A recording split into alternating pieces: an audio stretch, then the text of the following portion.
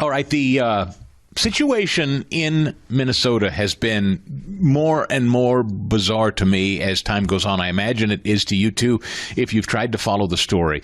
There's been a deep desire, I think, to make this partisan as quickly as possible, and the more the details came out over the last 24, 48 hours, the less clear it is and the less easily partisan I think it has been made. Liz Collin is with us. She's an Emmy award-winning journalist at Alpha News. She's a producer of The Fall of Minneapolis, which is also based on a similar book, same title, alphanews.org. You can follow Liz Collin on X, at Liz Collin. Ms. Collin, glad to have you here today, first of all. Good morning. Good morning. Thank you for having me. So, as I said in the lead up to this conversation, this individual, it is not entirely clear who he is or what drives him, is it? Yeah, there are certainly more questions than answers. It's been a pretty frantic, chaotic, as you can imagine, last few days. But after this nearly 43-hour manhunt finally came to a close.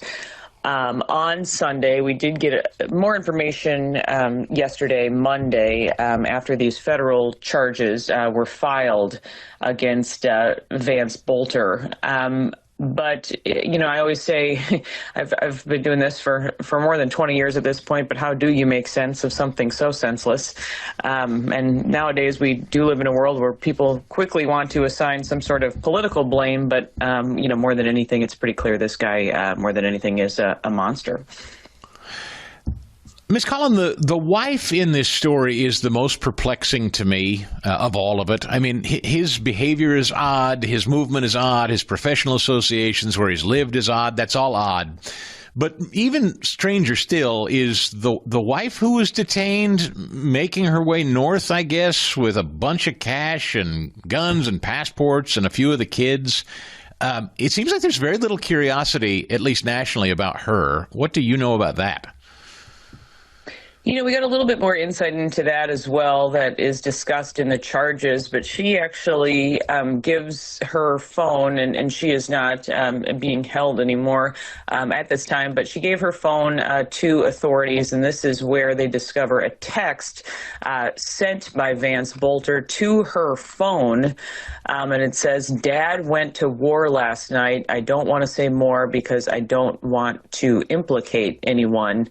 And then there was also a text message to his wife that said, "Words are not going to explain how sorry I am for this situation. There's going to be some people to the house armed and trigger happy. I don't want you guys to be around." And remember, it was near Green Isle, Minnesota, where he did live with his wife and 5 children, where he was found, actually not very far from his house at all, in a field after he was spotted on trail cameras kind of throughout the day, and the law enforcement was closing in on him. But yeah, I think we did hear that question yesterday. You know, is anybody else involved? And there are some questions also about how he exactly got around. Was somebody driving him? Is there somebody else?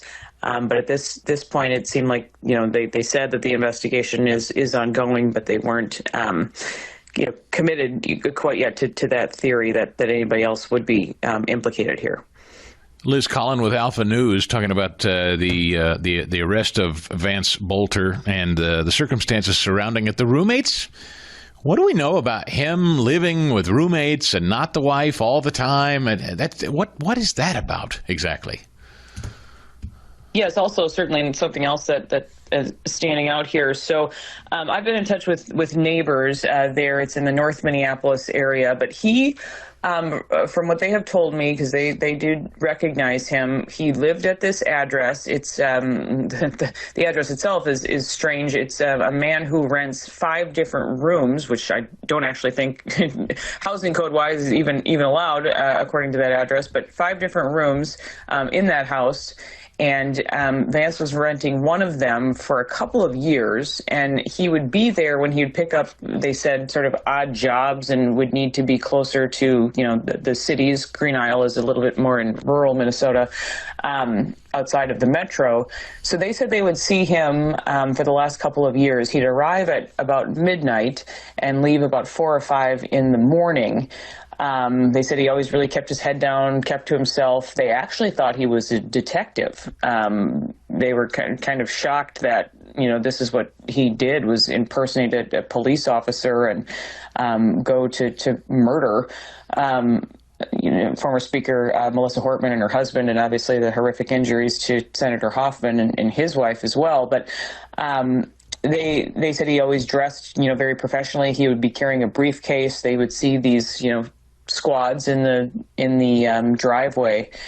And then we have this roommate who seems to be a lifelong friend of Boulter. They grew up together in, I believe it's Sleepy Eye in Minnesota. And he's been talking to the media quite a bit, a little hysterical and whatnot, but saying that Boulter was a Trump supporter and a conservative and et cetera, et cetera. But again, even yesterday, authorities said they really don't have a clear a motive here. He left a bunch of ramblings, nothing that really makes much sense, and that's kind of where we are here now, 3 days later.